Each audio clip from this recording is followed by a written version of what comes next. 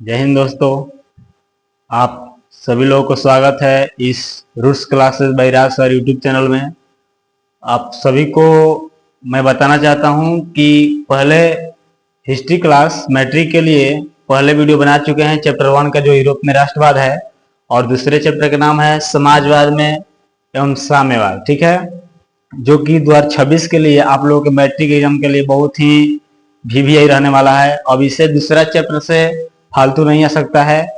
अगर आप लोग पिछले वीडियो हमारा नहीं देखे होंगे तो कृपया जाकर उसमें मेरे YouTube चैनल में जाकर देख लीजिएगा, जो कि बहुत ही आप लोगों के भविष्य के लिए लाभदायक होने वाला है। चलिए चलते हैं, दूसरा चैप्टर स्टार्ट करते हैं।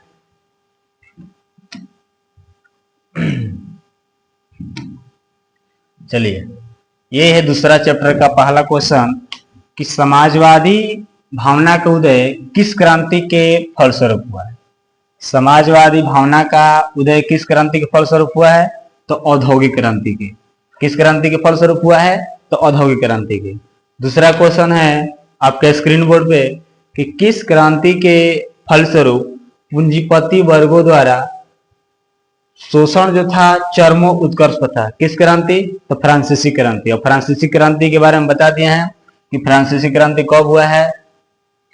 फ्रांसीसी क्रांति का शासक कौन था? सेनापति के कार्य पर कौन था? नेपोलियन था, जिनका जन्म महात्मा गांधी से 100 वर्ष पहले हुआ था।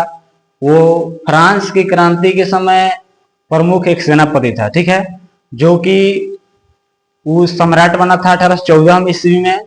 ये है नेपोलियन के बारे में। तीसरा क्वेश्चन कि किस अर्थव्यवस्था में उत्पादन के सभी साधनों, कारखानों तथा विपणन में सरकार का एकाधिकार होता है। तो समाजवादी में। कौन है? समाजवादी। समाजवादी क्या है? समाजवादी मतलब समाज में रहने वाले वैसे व्यक्ति जो केवल समाज के बारे में सकारात्मक सोच रखते हैं, उसे ही क्या कहते हैं? समाजवाद कहते हैं। और जिस शब्द में वाद शब्द आएगा, चाहे राष्ट्रवाद हो या समाजवाद हो, ये जो ऐसा वर्ड है इसके बारे में सोचना। राष्ट्रवाद मतलब जो व्यक्ति अपने देश के प्रति सकारात्मक सोच रखता है, देश के विकास के बारे में सोच रखता है, उसे ही राष्ट्रवाद कहते हैं। वैसे ही समाजवादी चैप्टर है जो कि समाज के बारे में सोचने का काम करते हैं, ठीक है। चौथा क्वेश्चन यह है कि औद्योगिक क्रांति के कारण समाज का विभाजन कितने वर्गों में हो गया था? कितने वर्गों में? 2 वर्गों में हो गया था।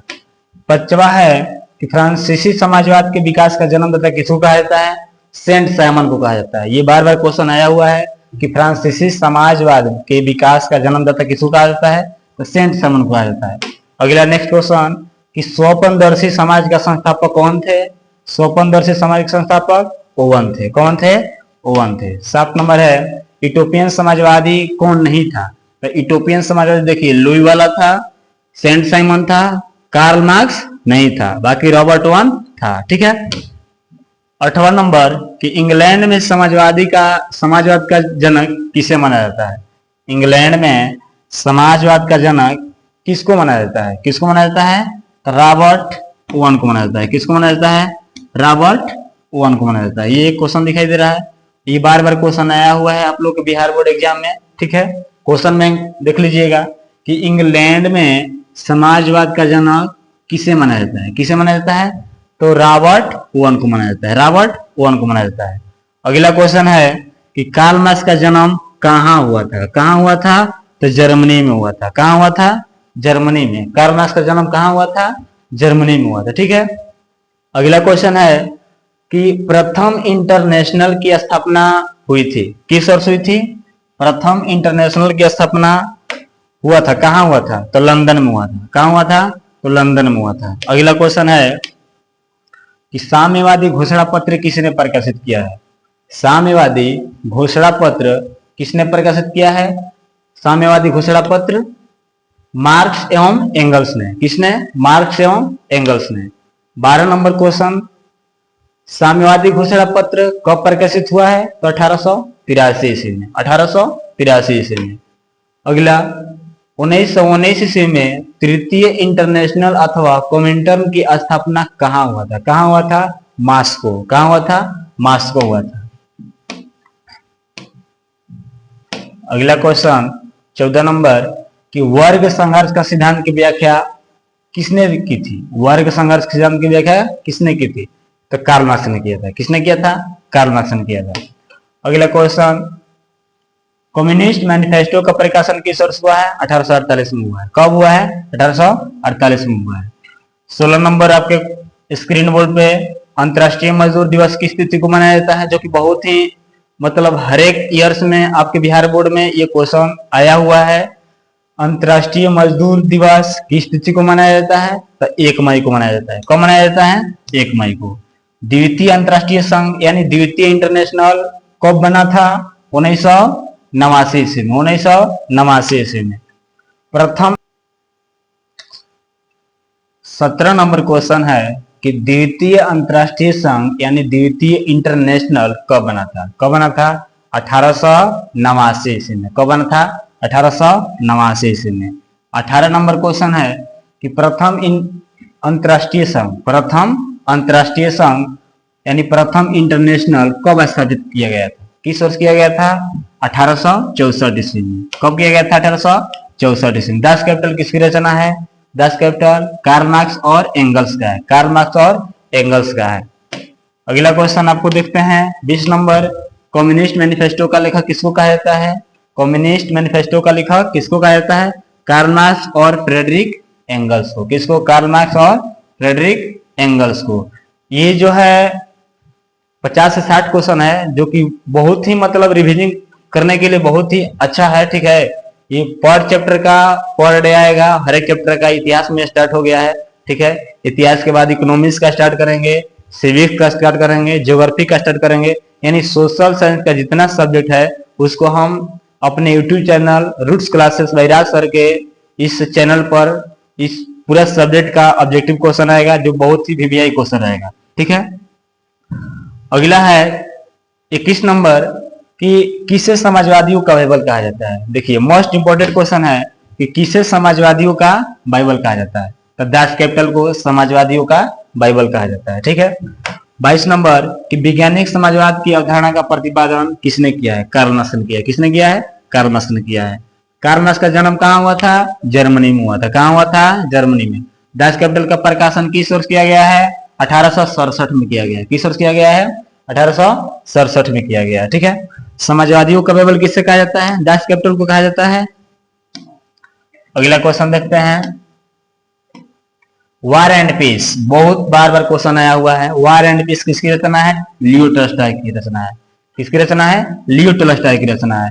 रूस की संसद को क्या कहा जाता है? ड्यूमा कहा जाता है। किसको कहते हैं? ड्यूमा को। खूनी रविवार किस तिथि को तथा किस वर्ष हुआ था? तो खूनी रविवार 9 जनवरी 1905 ईस्वी में हुआ था।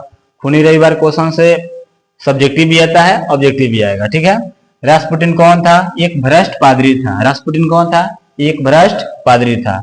रूस का पहला समाजवादी कौन था? प्लेखानोवा था। कौन था? प्लेखानोवा था। 1917 की रूसी क्रांति के समय किस जार का शासन था? रूसी क्रांति 1917 ईस्वी में हुआ था। वहां उस समय शासन कौन था? निकोलस द्वितीय, यानी जार निकोलस द्वितीय था। अगला क्वेश्चन 32 नंबर देखते हैं, निलहिस्ट आंदोलन कहाँ शुरू हुआ था? तो रूस में हुआ था। कहाँ शुरू हुआ था? तो रूस में शुरू हुआ था। अगला, रूस में सोशल डेमोक्रेटिक पार्टी की स्थापना कब हुआ है? सोशल डेमोक्रेटिक पार्टी की स्थापना हुआ है रूस में, लेकिन कब हुआ है? ठीक है, 1883 ईस्वी में। 1883 में। बोल्शेविक क्रांति, देखिए वीवीआई क्वेश्चन है कि बोल्शेविक क्रांति किस वर्ष हुआ है? तो 1900 कम हुआ है? 17 में हुआ है। किस वर्ष हुआ है? 1917 में हुआ है। रूस में कृषक दास प्रथा का अंत कब हुआ है? 1861 में हुआ है। 1861 में हुआ है। 36 नंबर क्वेश्चन है कि रूस में निलहिस्टों ने सुधार के लिए कौन सा मार्ग अपनाया था? कौन सा रास्ता? आतंक का रास्ता अपनाया था। कौन सा रास्ता अपनाया था? आतंक का रास्ता अपनाया था। 37 नंबर क्वेश्चन है, रूस में जार का अर्थ क्या होता है? ये भी बार बार बहुत सा क्वेश्चन आया है, हर एक ईयर्स में क्वेश्चन आया है बिहार बोर्ड में कि रूस का जार का अर्थ क्या होता है? तो रूसों का सम्राट होता है। रूसों का सम्राट होता है। अगला क्वेश्चन देखते हैं, रूस में कृषि दास्ता किसने समाप्त किया है? रूस में जो कृषि दास्ता था उस किसने समाप्त किया है? जार अलेक्जेंडर द्वितीय ने समाप्त किया है। किसने किया है? जार अलेक्जेंडर द्वितीय ने। 1917 की पहली रूसी क्रांति किस नाम से जानी जाती थी? किस नाम से जानी जाती थी? फरवरी क्रांति के नाम से। किस नाम से? फरवरी क्रांति के नाम से 1917 की पहली रूसी क्रांति जानी जाती थी।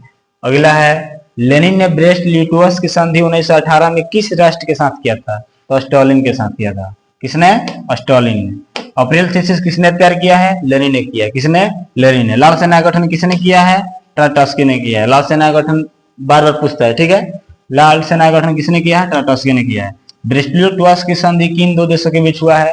रूस और जर्मनी। रूस और जर्मनी देश के बीच कौन संधि हुआ है? ब्रेस्ट-लिटोवस्क की संधि हुआ है। अगला क्वेश्चन देखते हैं कि कमिंटर्न की स्थापना का उद्देश्य क्या था? कमिंटर्न की स्थापना साम्यवाद का प्रचार करना। साम्यवाद का प्रचार करना, ठीक है। अगला है कि काम के अधिकार का संवैधानिक अधिकार का रूप सबसे पहले कहाँ मिला था? काम के अधिकार को संवैधानिक अधिकार का रूप सबसे पहले कहाँ मिला था? कहाँ मिला था? सोवियत संघ में मिला था। कहाँ मिला था? सोवियत संघ में। 1917 की बोल्शेविक क्रांति का नेतृत्व किसने किया है? लेनिन ने किया है। किसने किया है? लेनिन ने किया। चेका क्या था? एक पीपुल्स दास्ता था। चेका आंदोलन एक पीपुल्स दास्ता था। अगला क्वेश्चन है, बहुत ही वीवीआई क्वेश्चन है ये, कि भूमि, शांति और रोटी, ये तीन नारे किसने दिए थे? किसने दिए थे? लेनिन ने दिए थे। साम्यवादी शासन का पहला प्रयोग कहाँ हुआ था? तो रूस में हुआ था। कहाँ हुआ था? रूस में हुआ था। 49 लास्ट। अगला क्वेश्चन 50 नंबर क्वेश्चन है कि रूस की बोल्शेविक क्रांति का नेतृत्व किसने किया है? लेनिन ने किया है। बोल्शेविक क्रांति से बहुत ही बार बार क्वेश्चन पूछता है, ठीक है। फिर पूछ दिया कि रूस की बोल्शेविक क्रांति का नेतृत्व किसने किया है? तो लेनिन ने किया है। नई आर्थिक नीति का जन्मदाता लेनिन ही है, ठीक है। लेनिन नई आर्थिक नीति घोषणा कब किया है? 1921 ईस्वी में किया है। लेनिन की मृत्यु कब हुआ है? 1924 में हुआ है। सोवियत संघ का विघटन किस वर्ष हुआ है? 1991 ईस्वी में हुआ है। ये आपका 1 से 54 तक क्वेश्चन है, जो कि दूसरे चैप्टर का हिस्ट्री 10th क्लास का है, जो कि अब इससे दूसरा चैप्टर से फालतू नहीं हो सकता। जितने भी हम ऑब्जेक्टिव लेकर आएंगे आपके रूट्स क्लास बायरास और यूट्यूब चैनल पे, वो बहुत ही आपके 2026 के लिए बहुत ही वीवीआई क्वेश्चन रहने वाला है। अब इससे चैप्टर वाइज इससे फालतू क्वेश्चन नहीं आएगा, अतः आपको रिवीजन करना बहुत ही आवश्यक है चैप्टर वाइज, ठीक है। इतना ही बस। जय